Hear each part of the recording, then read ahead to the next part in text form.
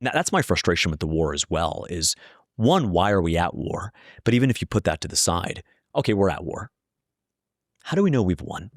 We get 7 different criteria, 7 different competing explanations that we've heard from President Trump, from Vice President Vance, from Secretary Rubio, from the press secretary, Carolyn Leavitt, about why we're at war. Let's just go through them really quick. Iran posed an imminent threat.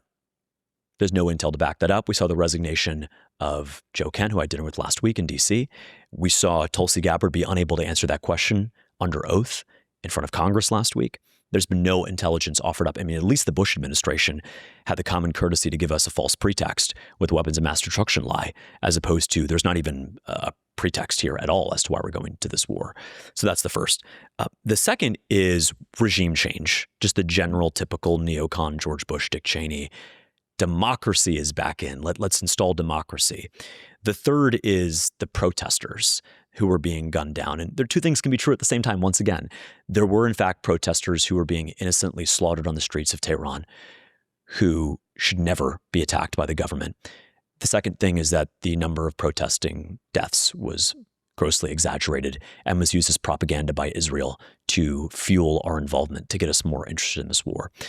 The fourth is retribution for 1983, for the hostage crisis in 79, for all of the Iranian proxies, whether it's Hezbollah or the Houthis, for the planting of Iranian IEDs during the Iraq War that did in fact kill and maim hundreds of U.S. service members. All of these things can be true.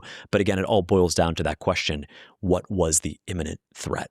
And so what you've seen just there is 5, 6 different competing explanations. Neither of them have any shred of evidence to back up why we would go to war now. So to come full circle, can we win the war? No, because we don't even know what victory looks like. We don't know what winning looks like. It would kind of be like we pull out 3 board games, Monopoly, Risk, and Twister, and we lay them all out. And I tell you, Jack, do you think you can beat it?